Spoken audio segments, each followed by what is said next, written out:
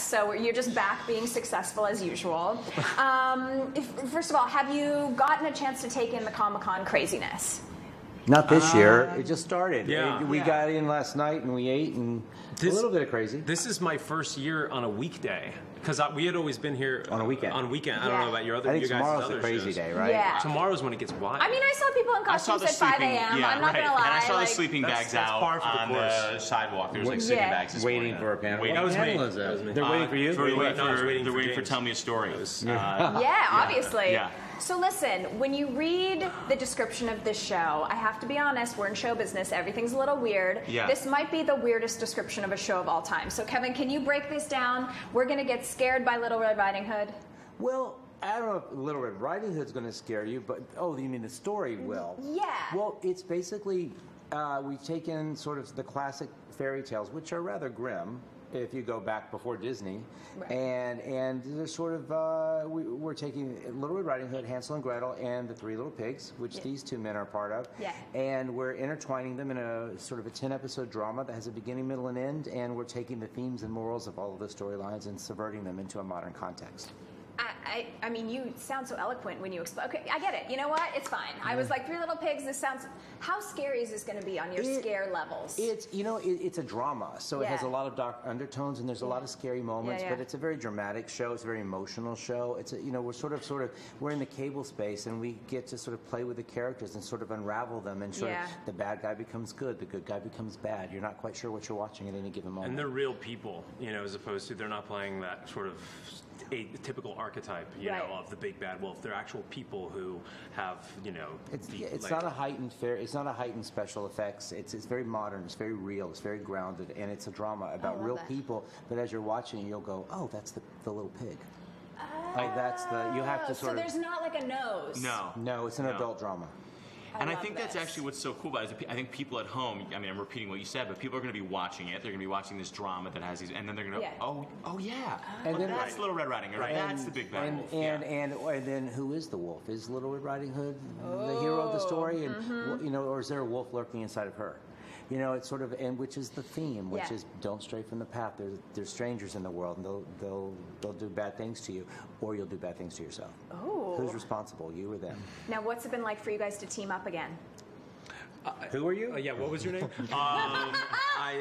Listen, I'll make it fairly abbreviated. Like, I'm so flattered that Kevin came to me with this because this is the opposite of Stefan on the Vampire Diaries, and just the fact that he was able to sort of say, hey, okay, I want to give Paul a crack at doing something different and much more, I hate to say it, but like it's more sophisticated, it's more mature in that.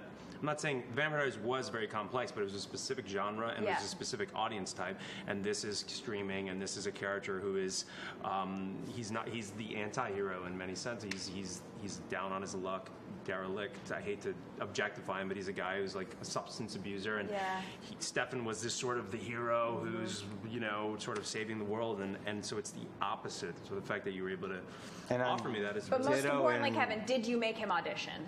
No. You didn't? I was so.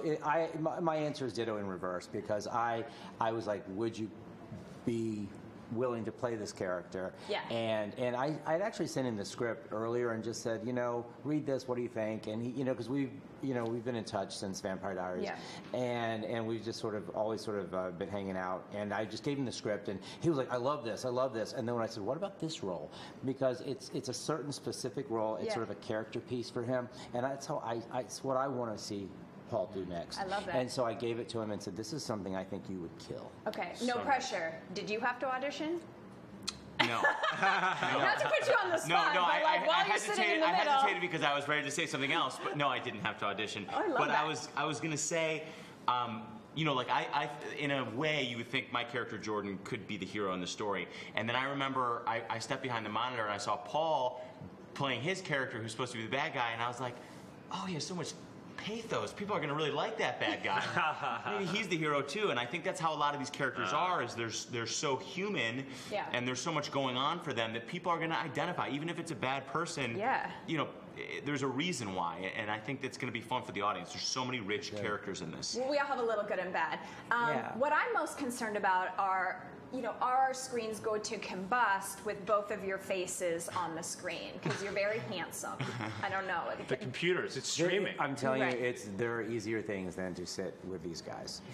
Right? And pose with these guys. Right. I mean, it's not good. They're like, Kevin, sit in the middle. Is it because if they're too close, like the whole studio just explodes? Or is put like the old guy in the middle. Funny you should say that because we can't get a decent selfie to save our lives. You should see a compilation of us trying to get a photo. No. We're all like, I don't know.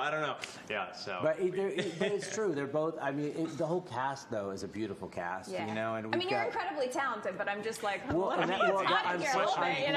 I'm blessed because I've got the best of both worlds. Yeah. I've got, and if you go and look at the whole cast, I didn't ever plan for it to be so pretty, and so I've been roughing him up a little bit and trying to dirty him up and messing him up. We do get pretty roughed up in it. He does, and what I love about James playing this part is, what I think of James is this sweet, wholesome man, and he goes to a very, very dark place, and he goes from being sweet and nice really quick.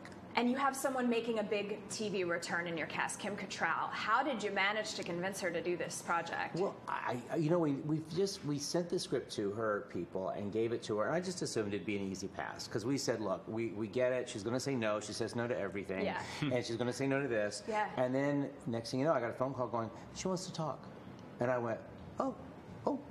Okay, this is good. This is good. And we started discussing. We got on the phone for an hour, and then when I finally met her, like I was just sitting in a room with her, like yesterday or the day before yesterday, and we were discussing the role, and she's so into it, and she wants to sort of really, she wants to play the grandmother. She wants to play she was, please let us play a character. She said, I want to play my own age, and I want to play this role, and I want to sort of have this, and it's a wonderful relationship between, these two women, and a young woman and Kim, and how they learn from each other and grow and have an emotional bond, and when that gets ripped apart, it's quite powerful, and she's all in. She's all in. I love that. Okay, last thing. I know you guys got to go.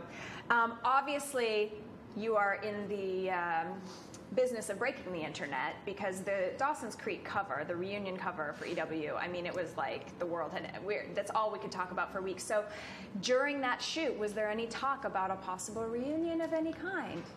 Oh. I know. Sorry. I have to ask. This is Entertainment Tonight. I need to know. Let's just say there is talk. There's talk. There's talk. And it was because of Entertainment Weekly. Because putting us all together and sort of reminding us of just how special that time was and how much we love each other. Yeah. And there has been talk. Like Katie Holmes would sign on talk? I can't say anything. Okay. I'm sworn to secrecy. But there's a text chain with GIFs. And emojis. It's a GIF or a GIF? A GIF, sure. No, maybe it's a GIF. I don't know. It's my first time. I would say there's a lot of texting going on. There's contracts being signed currently? No. Okay. Amazing. Awesome, you guys. Thank you so much for coming. So good to see you. And I was wondering, come on over. This